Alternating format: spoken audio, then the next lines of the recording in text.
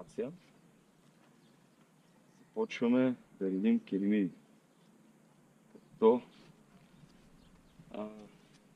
слагаме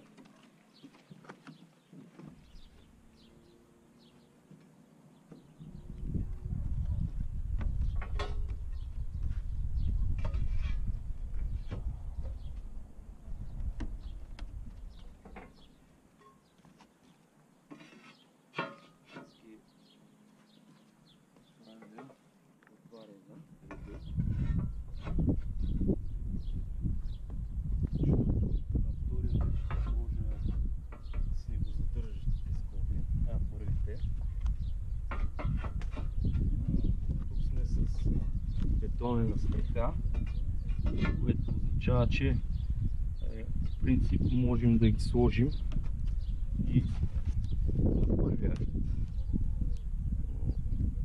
Аз ще предпочитам да ги сложа на втория и на четвъртия ред. Слагаме вятъра задържащи скоби за първи ред. През една-две керемиди слагаме, да е по-сигурна и надежна работата и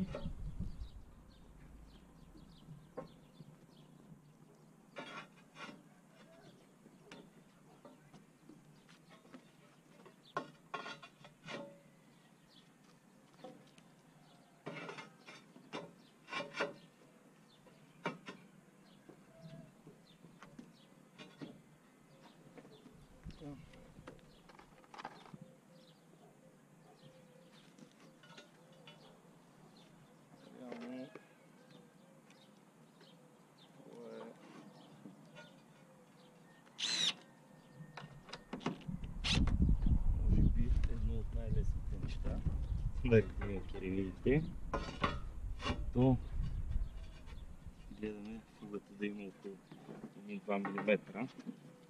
Значи, ако я разпънем на цяло, е около 3-4 мм. Се получава фуга. Аз гледам да е на половината или 2 мм, за да може да играем наляво надясно.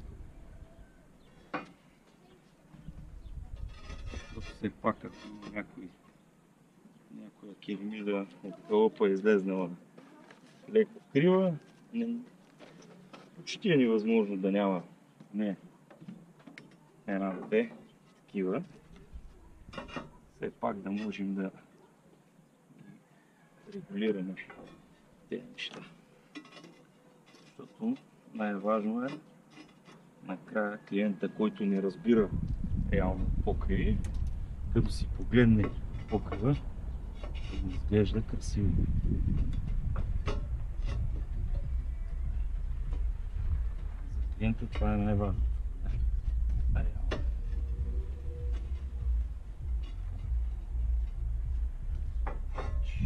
тук, когато имаме права линия, значи се прави.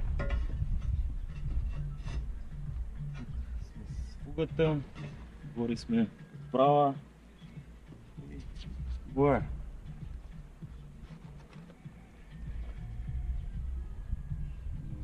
Сложно.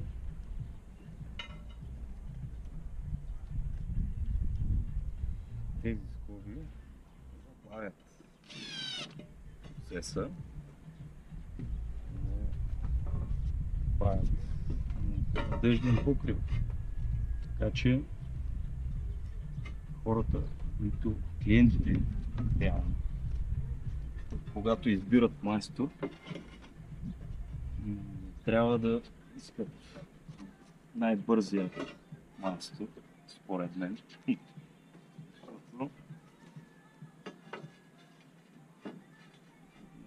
такива договорки, български хубави,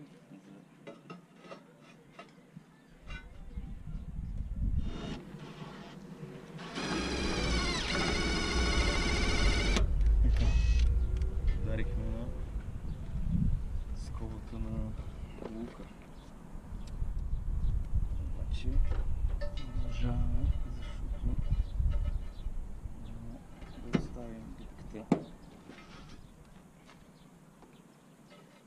е един момент, който неизбежно ще се случи и който няма да снима никъде. Ще снимаме, защото това е реалността. Чуват се такива неща, не може всичко да е цветя и рози. Има и такива моменти. Трудни, когато майсторът трябва да се справи. Предложи решение на проблема.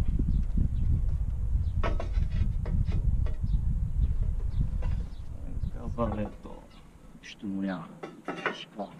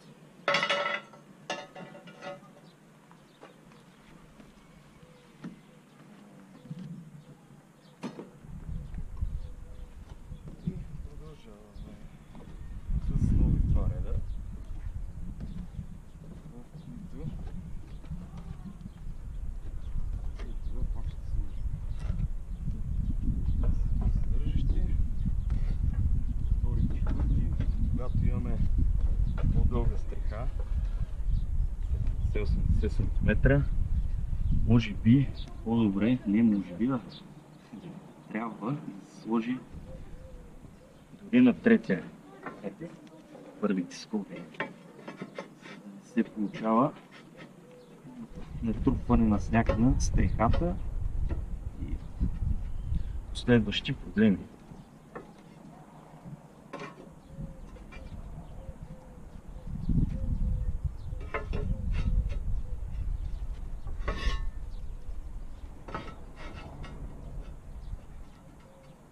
Чупваме отгоре.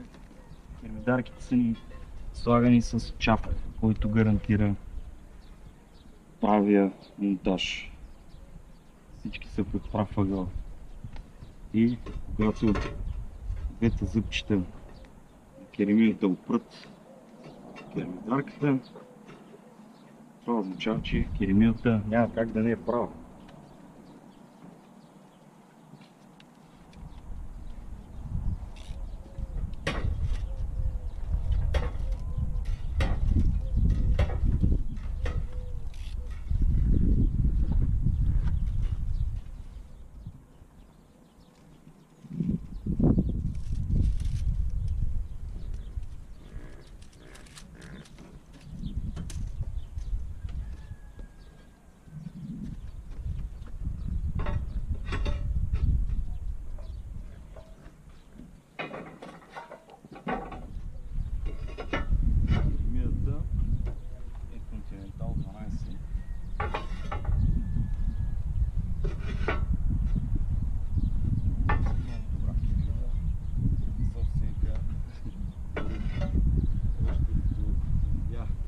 Първият свят, който тя става много красиво.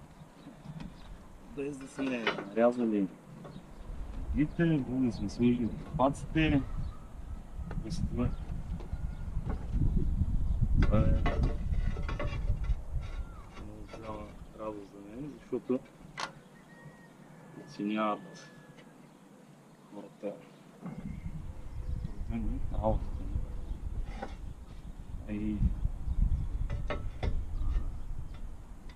клиентът ни се е доверил напълно на мен да избера линиите и аз не съм го подвел. Също. Но когато избираш тон дах, почти не можеш да объркаш. Почти не можеш да разбъркаш.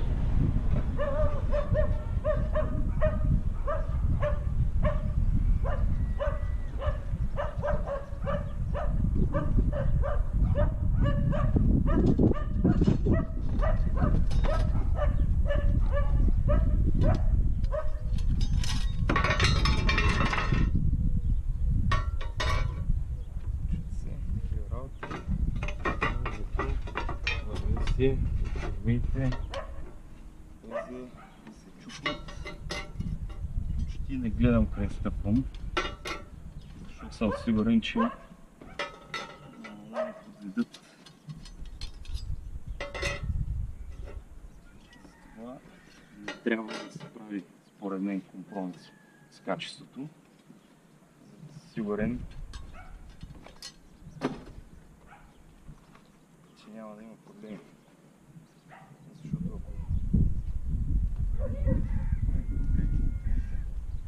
Защото